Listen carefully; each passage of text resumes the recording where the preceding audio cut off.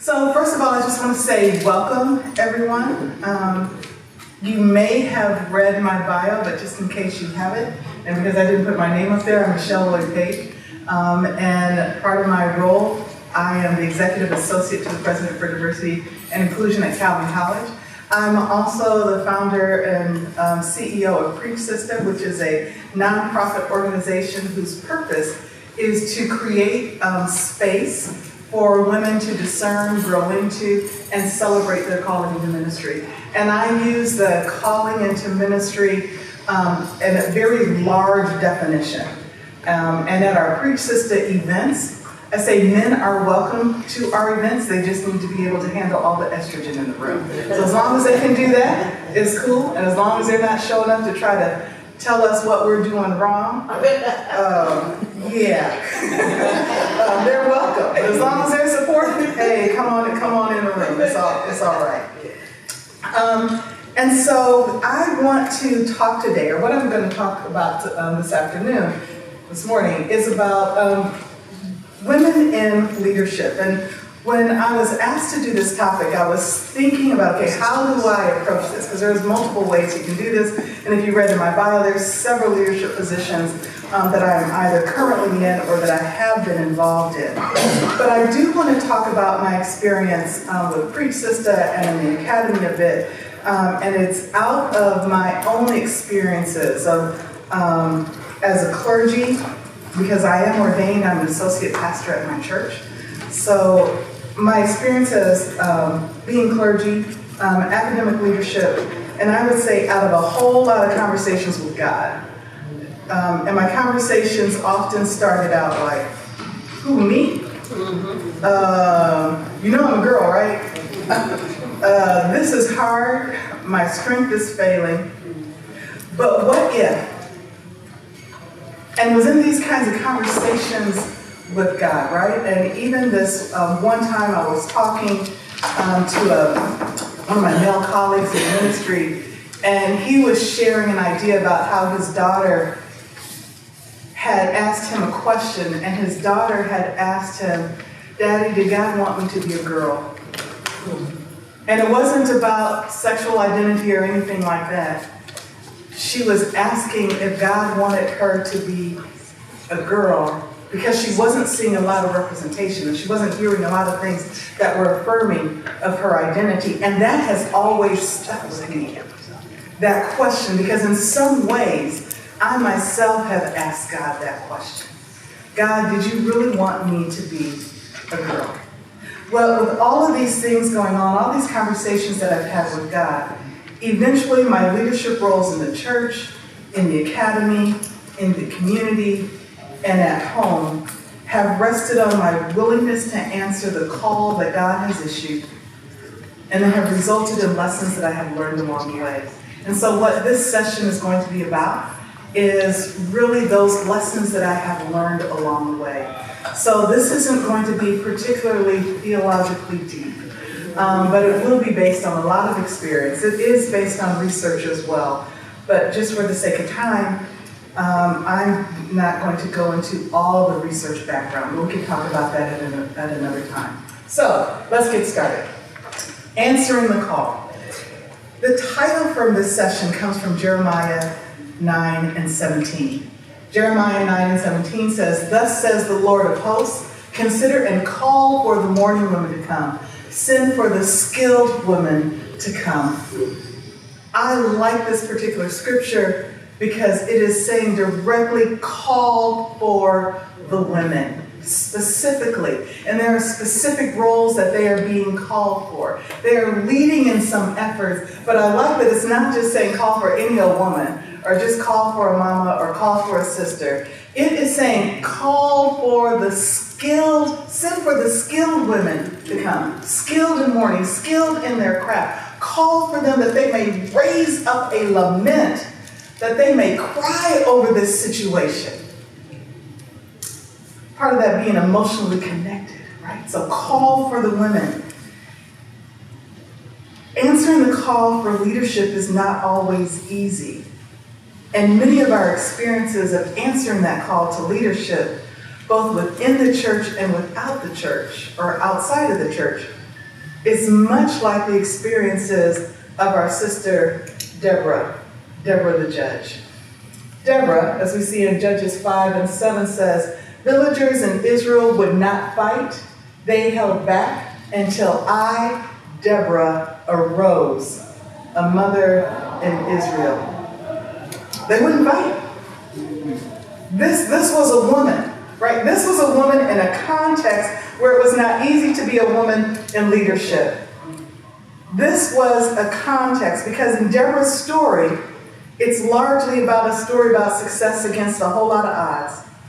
Though everything about this time and culture was against Deborah serving as a leader in a nation, she did. Though her army was vastly outnumbered, they still won.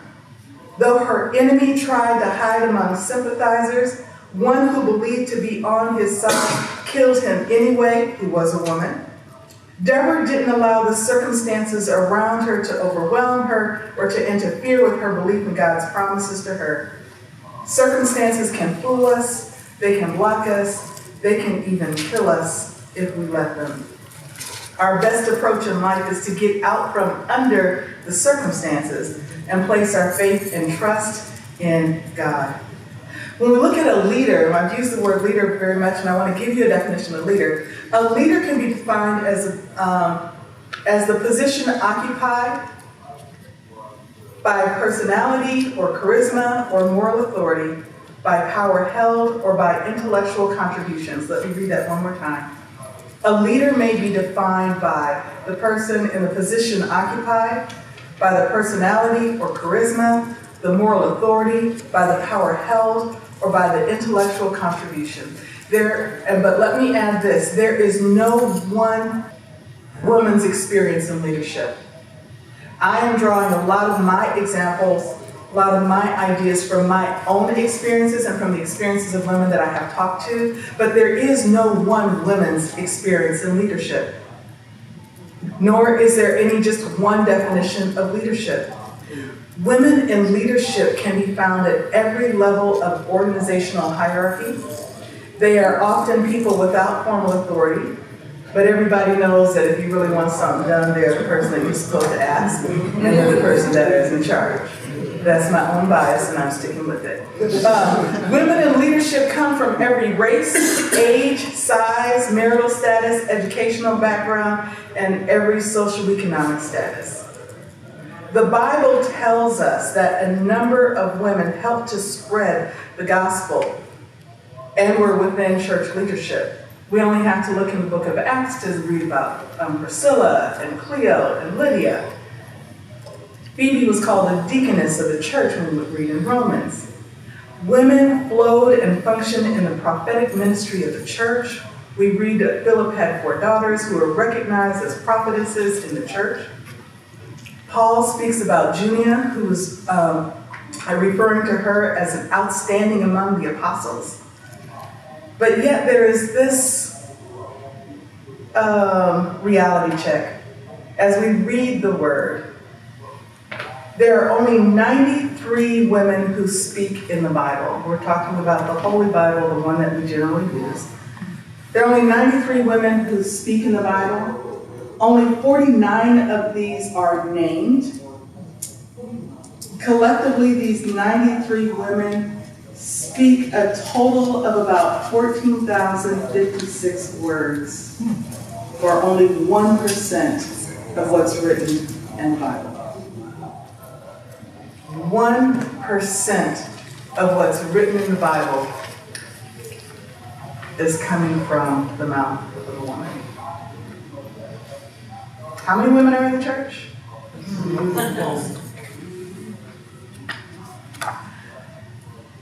Women have been leaders throughout history. Throughout history, women have been leaders. So we can read about women in the Bible and some of the leadership role, and we can have conversation. Well, was she really a leader? Was she really not a leader? I'm not interested in having that kind of dissection of was it is, was it not. I'm reading about the women who are named, the women and what they have done. So whether it was the judges or the prophetesses, whether it was mothers or the sisters, it could even be the prostitutes who helped. So we read about Rahab. So I'm reading about that. That's one area where we see women in leadership. But in our secular world, in the world outside of just reading what is said in the Bible. Women have been pharaohs. There has even been a female king within the continent of Africa. A female king. Not fictional, a female king.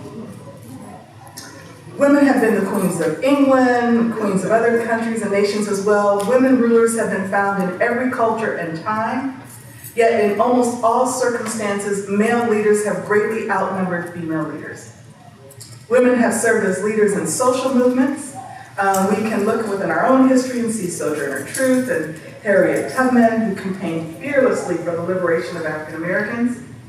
We can read about women from other cultures, so whether it's Native American women who are working out their own leadership skills and advocating for justice, especially for environmental rights.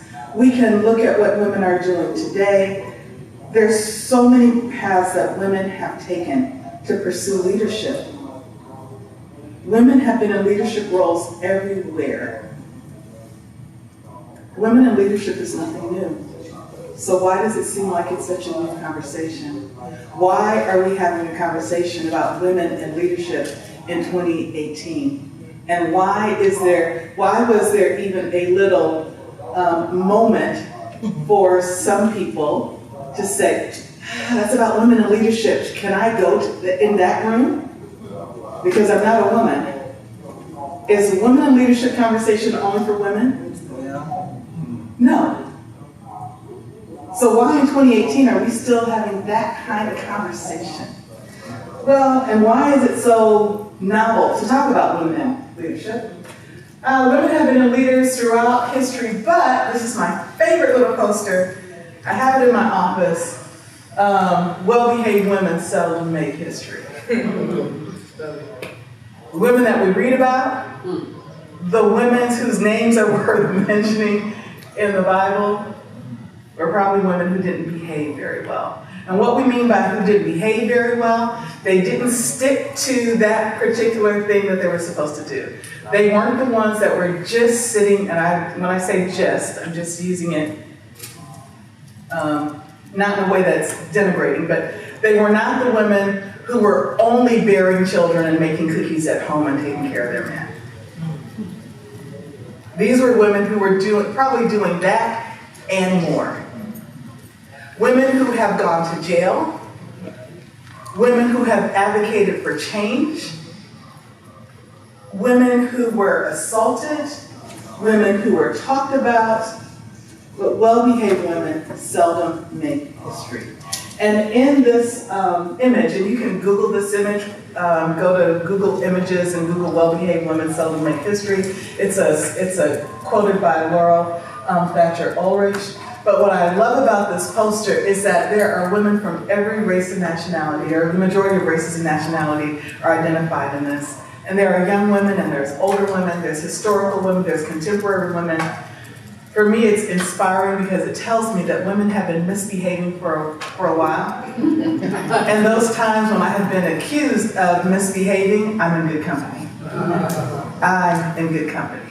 Because the only way I've been able to get to the positions and the roles that I have occupied is because there have been a moment when I've decided to misbehave, right? When I've decided to speak up as opposed to be quiet.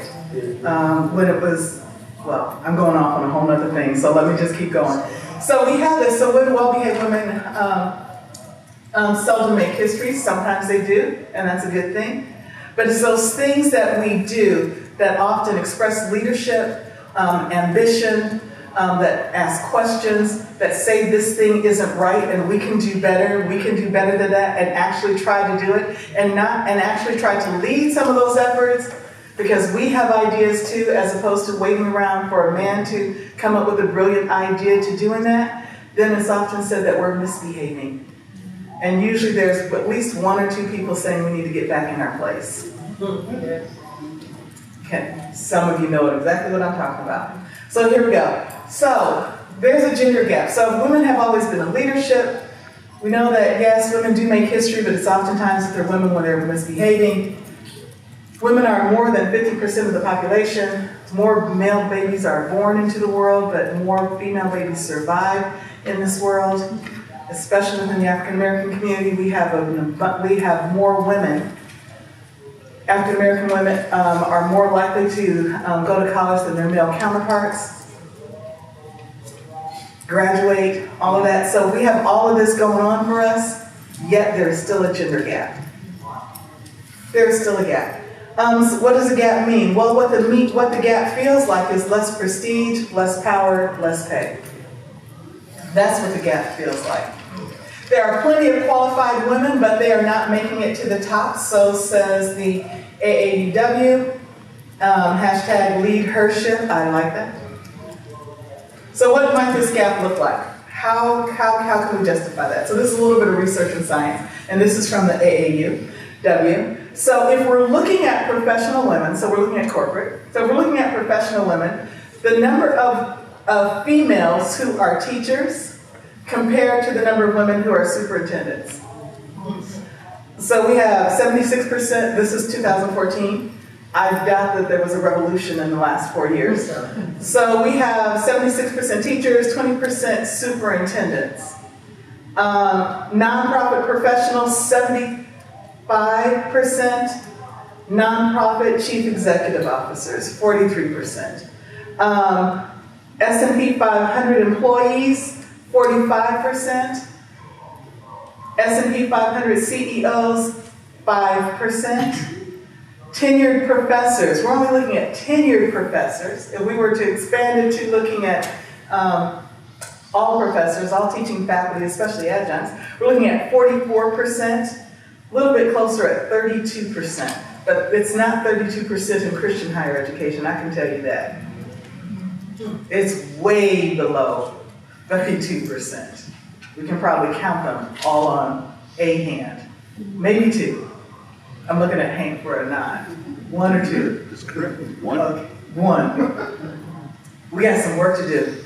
So less prestigious. So let's look a little bit more at the gap. This one is a little bit more so. This is looking at U.S. private sector executives by gender, race, and ethnicity. Yeah, in 2014, AEW. So this is white male in leadership, 63%, 24% white women, black women, 2%.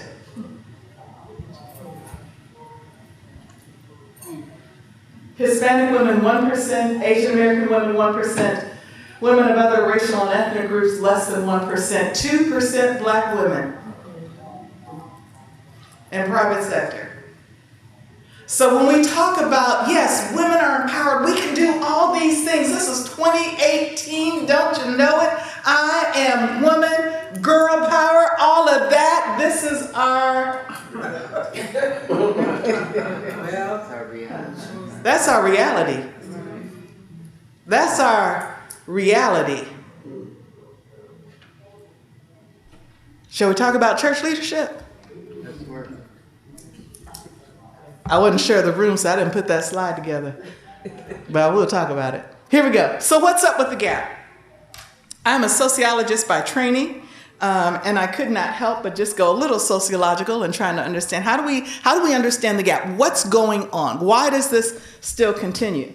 And so we're going to look at intrapersonal explanations. Intrapersonal are very simply is what are we telling ourselves or what are we doing to ourselves? Because not everything is everybody else's thing. Sometimes it's us. So what is it about us? Then we're going to look at interpersonal. Interpersonal is our relationship with other people. So what are other people doing to us? And if we're going to be real honest, what are we doing to our others? What are we doing to our sisters?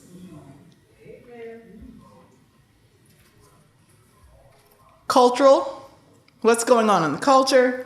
And then looking at structural and institutional barriers. So there's 4 categories of barriers. And I do want to say that when we're looking at these barriers, they are not mutually exclusive. So some of the things that are cultural could bleed into a little bit of the structural and those things. So here we go. Intrapersonal. Intrapersonal are those things that we do to ourselves. It's that negative self-talk. It's that negative self-doubt. It's doubting ourselves. Can I do it? Remember all those questions that I was asking God? Really, God? Okay, God is clear about who God is calling and equipping. But yet I'm going to ask God, did you know I'm a girl, right? That don't make any sense.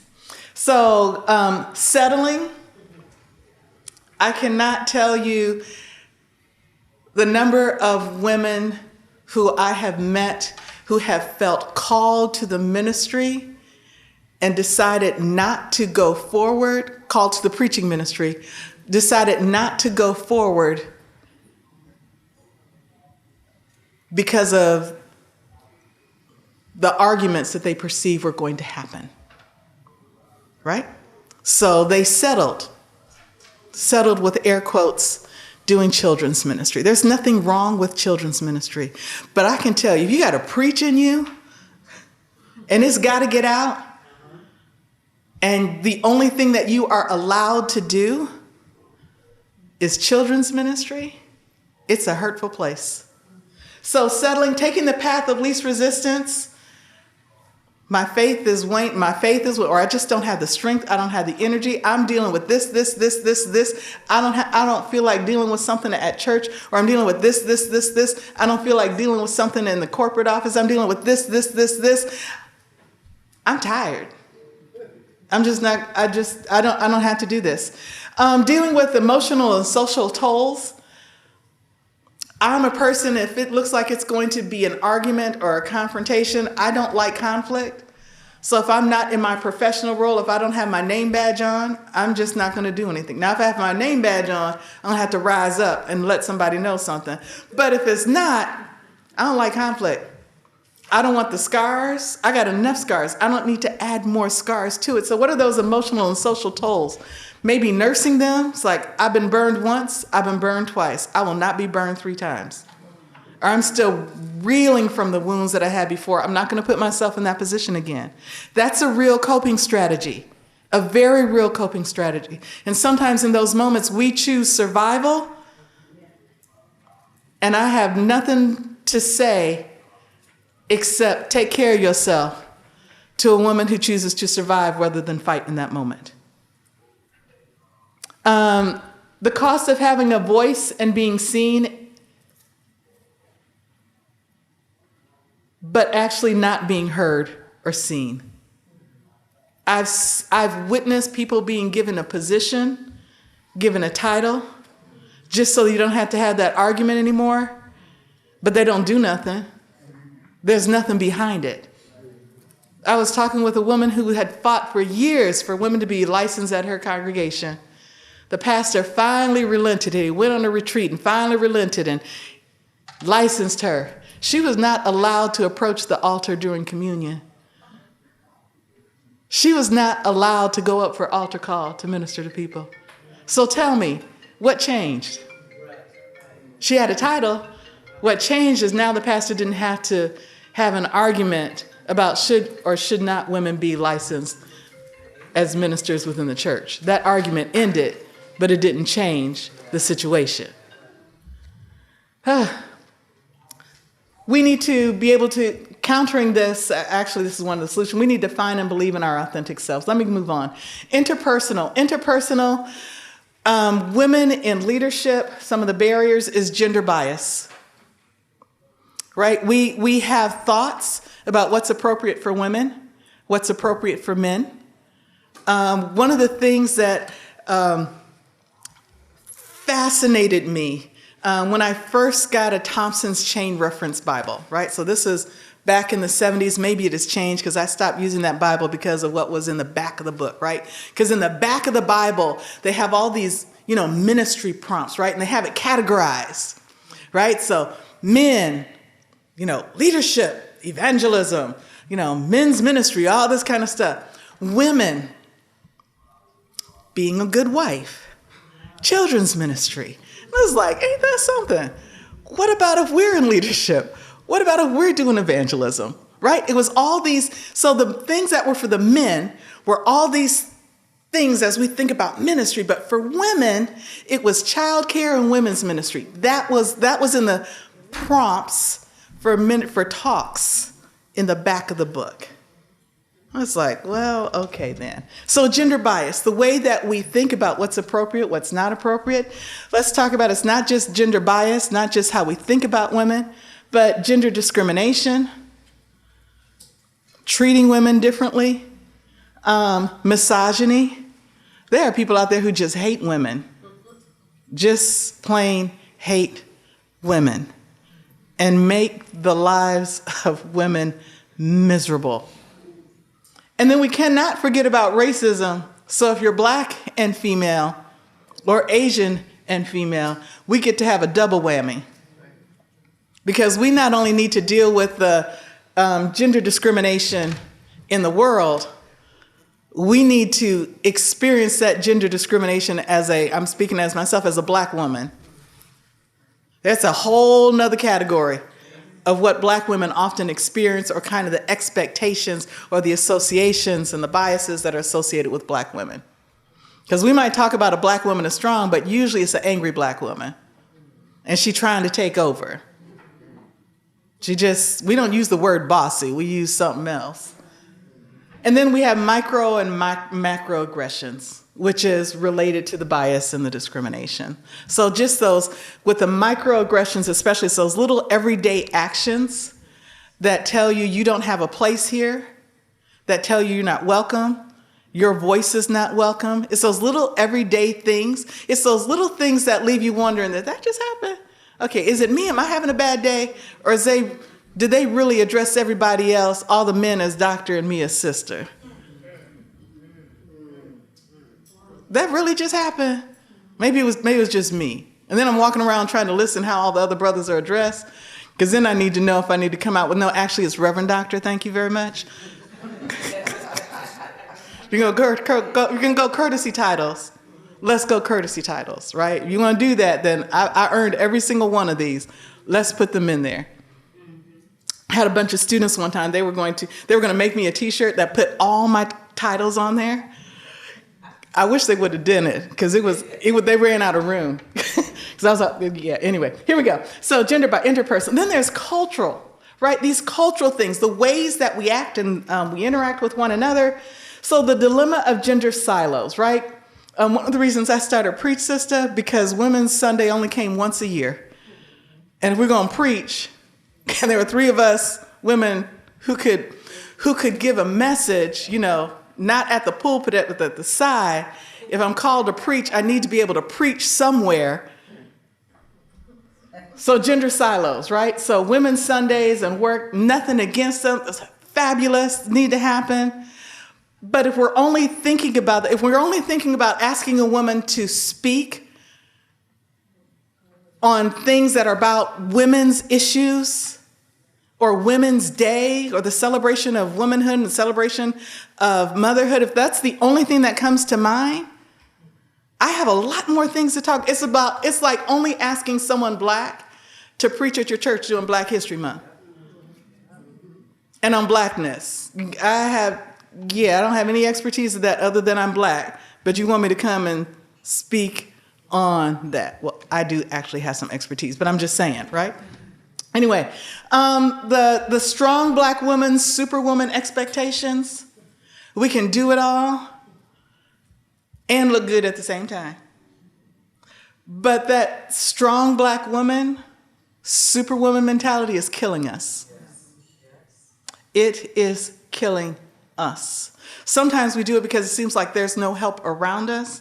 Sometimes we do it because we think of women who have come before us, what our grandmamas did, what our mamas did, what historical black women did, and they did all that. We need to not lose slack. We need to just give and give and give and give, because that's the expectation. And then we end up with all these chronic illnesses, and we live long with those chronic illnesses because we've learned how to survive in the mess. It is killing us. There's a poem that I like that's called The Strong Black Woman is Dead. And it talks about how she gave and gave and gave and gave and gave, and she just wasted away. And the question was, were there any more strong black women out there to take her place? The baggage that's associated with feminism and womanism, and I say the baggage that's associated with these, because their purest sense is advocating for the rights of women, for the voice of women. But if the things that we are connecting feminism with and womanism with are these extreme views that are man-hating, then it has people look at us, so then it has women wondering if they should identify as being a feminist or a womanist.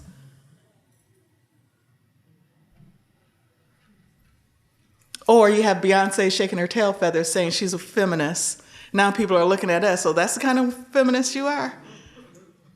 I don't think they'll let me in the pulpit like that. Caregiving and other choices. Because women are often in situations where they need to choose or feel like they need to choose between taking this research agenda track in the academy or being present and being home with their babies. When I was in grad school, I had asked the question, my faculty members, female faculty members, so okay, I'm a young woman, I'm about to get married, and I want to see myself as a long-term in the academy. When's the good time to have children? And their response was, well, after you're tenured. And it's like, seriously? Okay, after I'm tenured, that's the time to have babies. Choices that we make. Childcare, do I stay longer for this meeting? Do I bring my children with me to the meeting? How are people going to look at me if I have children here in this meeting because you're calling this meeting at 6 o'clock in the evening? Ain't nobody at home. I'm not leaving the babies at home. So either I don't go to the meeting or I get a babysitter, someone else to take care of my child. Now how are people looking at me because now I'm choosing career over that? And if your house ain't straightened up and you're married, I doubt people come in the house saying, man, your husband just is not keeping up this house. No. It's like, dang, they're not going to say nothing to you because they look at you sideways. Right? Because who is it expected that's to keep up the house? We are, right? There's a book that used to call it, the second shift or something like that. I think black women got third shift. So here we go. So, and then the visibility, but the impotency of women in leadership. That's just saying sometimes women are in token positions so that we can squash the conversation. Yep, we got a woman here. Like maybe if there's only one woman speaker happening at an event. Structural and institutional. Structural and institutional. Not here, other places, where there's only one woman. But yeah, in the church, I don't know. Maybe your churches are different, Well, our church does have a lot of men in it. It's almost even male and female, but I don't know. A lot of black churches seem like a whole lot of women. Seem like women who are members, seem like women would have something to say. Yeah, all right. So structural, institutional. So there are these barriers, right? Laws and policies. Some women haven't advanced, especially historically, because it is against the law. Or policies in place that make it very difficult for a woman to do that, right? So all of a sudden, if you're married, you can no longer work, right? That's historical, but in some places, that's kind of the assumption of things that are going on. Pipelines, legacies, and connections. So getting women into positions, that networking that has to happen, mentoring that happens. If we're thinking that only women can mentor women, we saw how many women are in leadership. How many women are in place to mentor this growing generation of women? So for a man to say, no, can't do that, because women are supposed to be in the women's room and men are supposed to be in the men's room. Connections and legacies. They happen. They have happened. But we need to work hard to make sure they happen. But when they're not present, it's difficult. It is difficult. It's difficult when you can't see yourself or someone like you in the positions that you aspire to be in. Because then that leaves room for the self-doubt to come in. Say, am I crazy? Did I miss God? Okay, this person is telling me I shouldn't be doing this. The most direct outside of the church, inside the church, the most direct challenge that I had for my going into ministry came from a woman.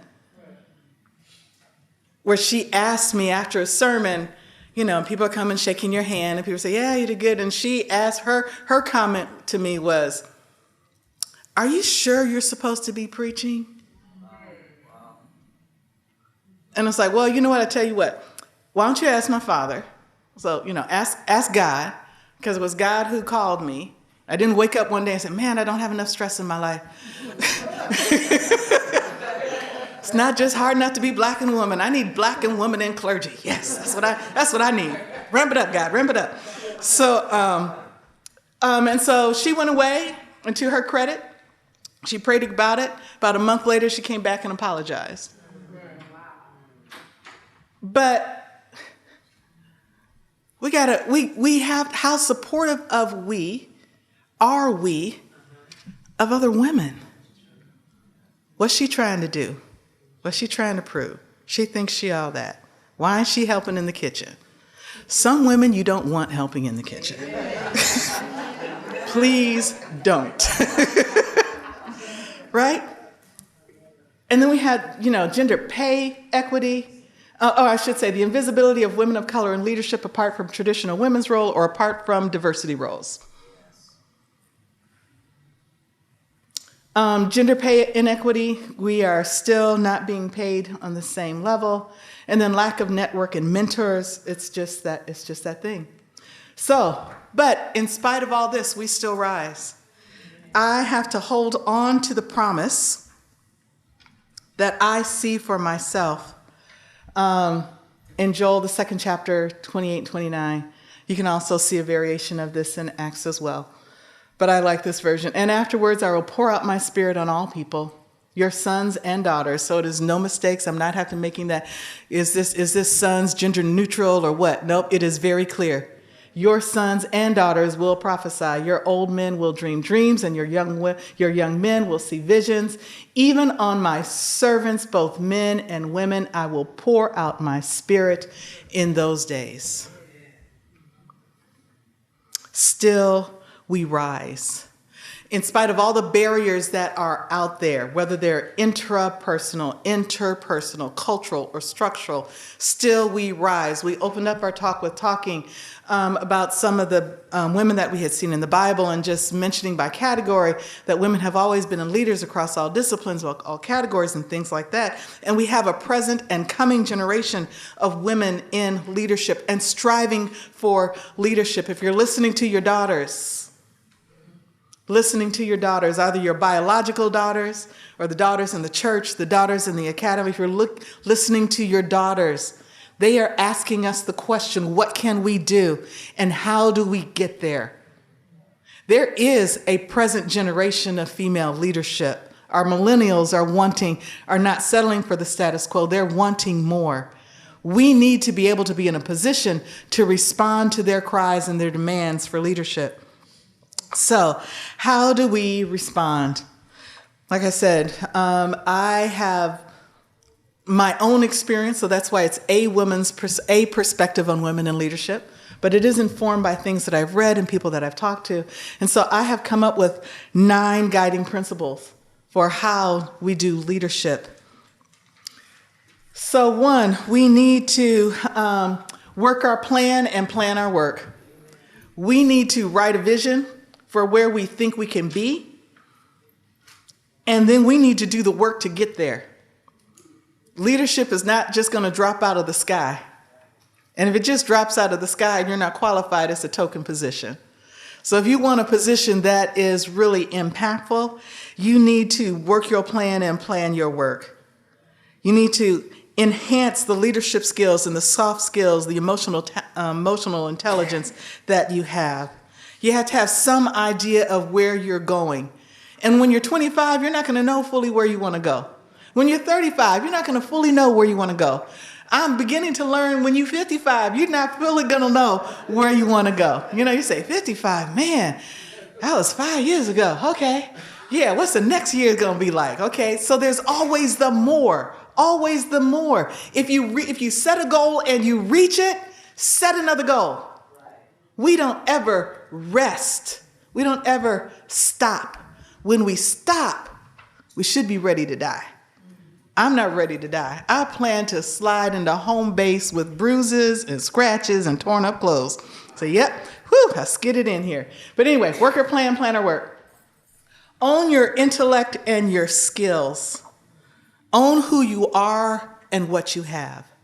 That's part of being our authentic self. It is time out for trying to be somebody else. It is time out for saying, well, it's my height, it's my weight, it's my shape, it's my hips, it's my race, it's my age, it's my educational level that is keeping me from doing X.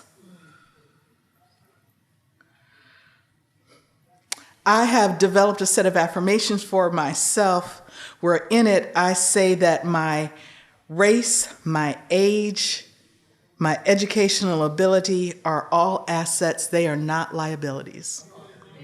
And I have to tell myself that because if I just look at the world, and to some extent, if I just look at the church, it's telling me that these things are liabilities. That somehow when God called me to a particular position, when God has called women to a particular position, well, it's because a man wasn't available. That is a lie from the pit of hell. That is a lie. That God only calls a woman to leadership when a man is not available. He calls us together to do this work together. We too are created in the image and likeness of God. We too are fearfully and wonderfully made. And God did not put a passion and desire within us and said, oh man, I forgot they have a womb. Now what are we going to do? Bring it up a little bit into the present. We need to manage our brand. Because if you don't manage your brand, somebody else will manage it for you. So pick your style and embrace it. Don't let someone else speak for you. If you have thoughts, you present those thoughts. And let me throw that as an example. Our college, so Calvin College, has gone through a lot of anti-racism training and talking like that. So we have a lot of sensitive white people, right? They're sensitive to their white privilege and everything like that. So there's some diversity conversations, a committee going to happen, going to have to make some statements. And one of the white guys on this committee that I was on said, Michelle, you know what? Let me speak. Let me speak because, in terms of diversity things, Black people, people of color are always having to say it. And I want to show that white people can, so he had taken all this white privilege information and all this and trying to say, okay, I'm not going to put you in a box. I'm not going to just have it just Black people have to speak about diversity issues. White people can speak about diversity issues. But if we don't speak about our stuff,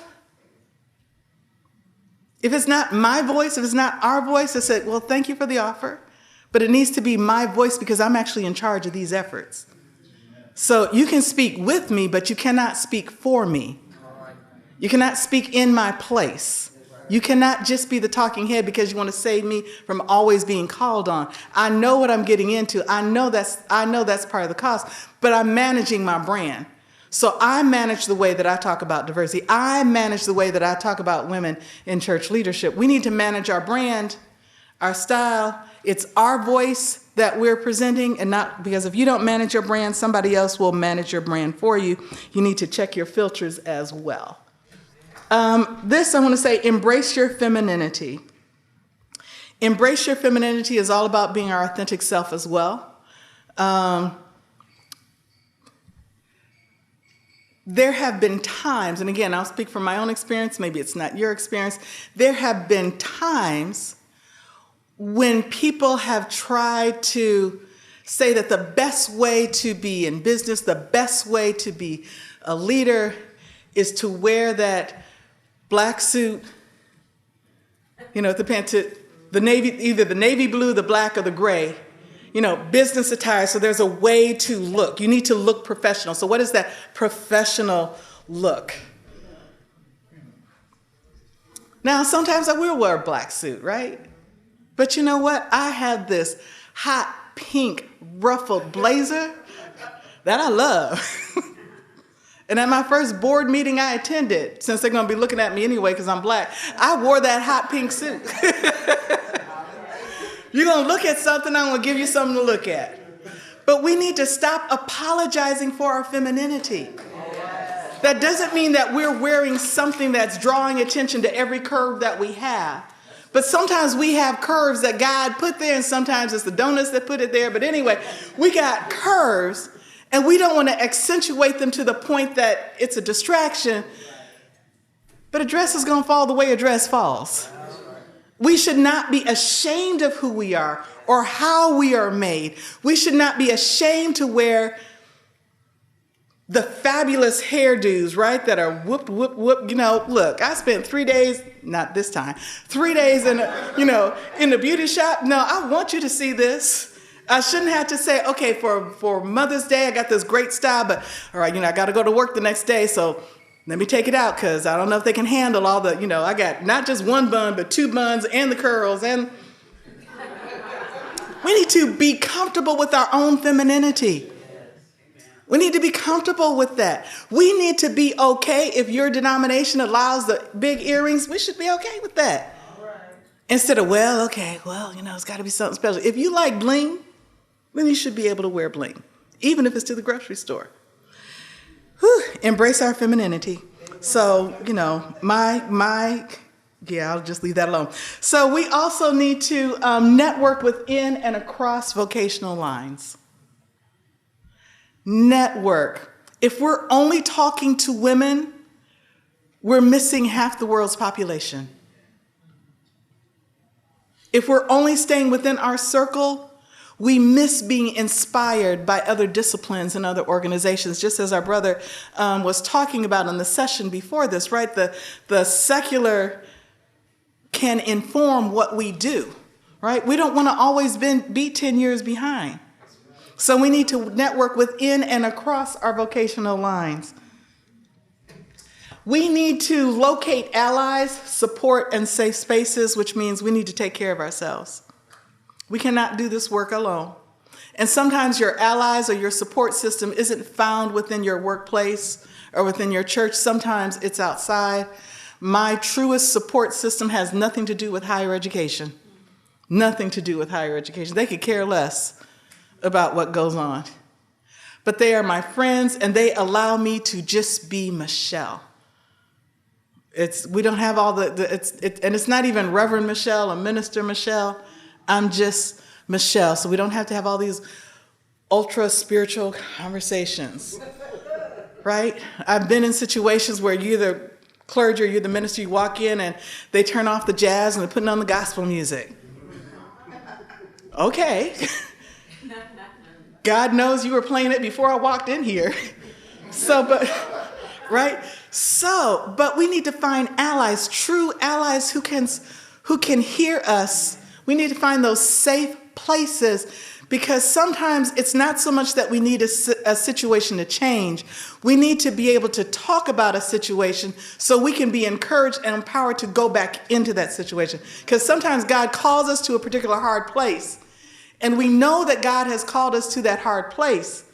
We say, I've called you to that hard place, but here's some people that can walk with you, that can sit with you. Those safe places to vent, those safe places to cry. You don't have to go, I can't cry because I'm a leader. No, okay, here, you can cry in this place. Or not cry in this place, right? But we need to find those places. We need to take care of ourselves. We need to get some rest. Yeah. We need to eliminate the toxins. Now, toxins can be people. That relationship ain't doing you any good. You need to let go of that relationship unless God is calling you to that. But sometimes, especially as women, because that nurturing thing sometimes will well up in us, or other people will put nurturing on us, and we'll think, well, we need to take care of that. I read somewhere in the Bible, if they don't receive the word, you just shake it off and keep walking. So why do we feel like we need to take care of that which is killing us? That which is suffocating us. So toxins can be people. Toxins can be places. If God hasn't called you to a particular place, you need to get the heck out of Dodge. But if God has called you to a place, then you stick with it and you trust God and stop trying to rely on yourself to handle it all. So we need to eliminate the toxins. So toxins can be the people, the places, the things, and the thoughts. Something isn't doing you any good, right? If there are, everybody could be talking about a particular preacher, a particular author, but if those readings are not affirming of women, you need to stop reading them or stop letting it get so into you that's impacting you and changing your mind and changing your ways. If you know people aren't going to support you, you need to stop talking to the people who are supporting you. So you need to eliminate the toxins. You need to address harassment and discrimination. Whether it's sexism, racism, sexual harassment, it is not cute. It is not a joke. It's not just boys will be boys. It creates a toxic environment that will choke us out or get us in a place where we dread going to the place where we feel God might be calling us to. We need to address it. Address it might mean, okay, we gather people around us and we confront the situation. Addressing it means we might need to get out of there. Addressing it might mean that, okay, every time I have a meeting with so-and-so, I'm going to make sure there's 2 other people in that room to make sure. We need to make sure we're addressing it. And we need to not let another sister find herself go into a situation unsuspectingly. So we've been there.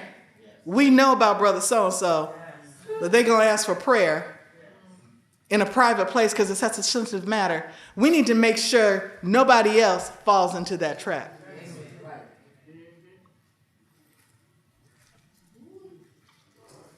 And we need to stop passing people on.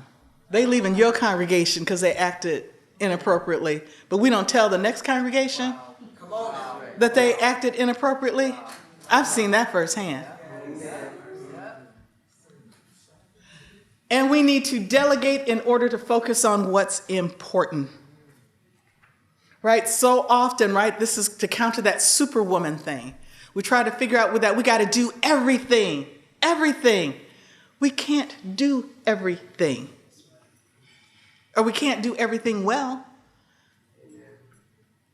So we need to find ways to delegate. I had to have several conversations with my sister. She's an OBGYN. She lives in a fabulous house. She has 2 small children. And she was trying to do all the cooking, fabulous meals, because she felt guilty just going to the deli or the Taco Bell or something to get food, clean the house, cook for the kids and their husband, and go to work. And as an OBGYN, babies come whenever they feel like it. And she couldn't understand why she was feeling tired. I said, girl, if I had your money, I'd have a housekeeper who would cook, clean and cook. And you need to be okay with that, right? So finally, she has gotten to that place to say, Michelle, I need some help. But she got to that place to say, I need some help because she started having health issues. The reason you're having health issues is because you're trying to do everything. You need to delegate some things. And if we can't afford to hire somebody in, we know how to help a sister out. We know how to help a sister out, to give each other a break, to come alongside. But we need to delegate. I had to learn in the role that I am so as executive associate to the president for diversity and inclusion, it's a cabinet level position.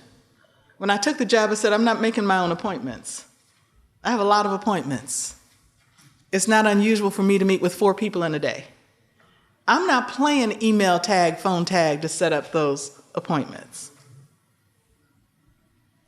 To delegate it to an administrative assistant, that's their role. That's what they do. But if you want me to spend half a day trying to set an appointment with someone that doesn't upkeep their Outlook calendar, it'd be easier if they just did Outlook, but they don't. We need to delegate. We need to understand it's okay to not do everything. It's okay. The world is still going to keep revolving. You'll feel better and you'll be in a much better place. So as you can see, it says women lead. These are my principles. This is what I have learned along the way. I wish I could say that I always knew that it was important to network. I'm an introvert by nature, so it hasn't been easy. It still isn't easy for me to network. But I learned if I want to play the game, and if I want to play the game well, I have to network. I have to do well. If I'm going to aspire, if I'm going to do more, if I'm going to be invited to play, I have to network. I've learned to embrace my femininity. It's not always that I'm a girly girl, but sometimes it's just nice to look like a girl. One of the reasons I had avoided going into administration when I was a faculty member, because the females that I saw in administration, it was the navy blue suit, right? It was like the Hillary Clinton suit. And then there was the joke, okay, you have the suit and then you have the brooch, right? Because the brooch was the feminine touch. I don't have time for that. I don't know. This is not how and if that's your bent to look androgynous, that's fine. More power to you. For me, it's not that way. For many of my sisters, it's not that way. There's a cost to doing that, though, right? I do it as a form of protest because I have the credentials to say I've earned the right to speak and I know what I'm talking about. So I've been in this game long enough. I've been in higher education over 30 years. So I've earned the right to speak. So yeah, I'm gonna dress like this because I can. But I also know that when I've been in situations where I've overheard people talk about somebody's outfit or how they're looking. I've been in a situation where there was a famous female preacher, I won't mention her name. She inspired me because she had this bad ivory robe with fuchsia inserts. I said, all right now, because all I had was the black robe with the 3 black velvet bars. I looked at that and said, yes, there we go. And it was fabulous what she was speaking about, but overheard people say, I couldn't hear what you said for that robe. It's like, really? You couldn't hear what she said. She was bringing the word of God, breaking it down. It was like, yes. But you couldn't get past that. She looked like a woman when she spoke. She didn't just come on with the black robe and the 3 black velvet bars. Educated after Yahoo, but you still couldn't hear what she had to say. I wanted to say, brother, nobody could hear what you were talking about because of what you were wearing. Any rate, so Call for the Women, a perspective of women and leadership. This has been, as I said, a perspective that has been informed by my experiences, by the research that I've done, by the conversations that I've had with people, with other women in leadership, things that I have watched. I've been a part of an institute called the Coalition of Christian Colleges and University Multi-Ethnic Leadership Institute, where I've been a resource leader helping people to understand what is leadership about. So those are my 9 guiding principles that I thought might be beneficial to you. We've got 10 minutes before lunch is served. But if you have any questions, I'm happy to entertain any questions that you might have. Otherwise, that's who I am, and that's my address, if you want to connect with me. But thank you all very much. You've been very kind and gracious.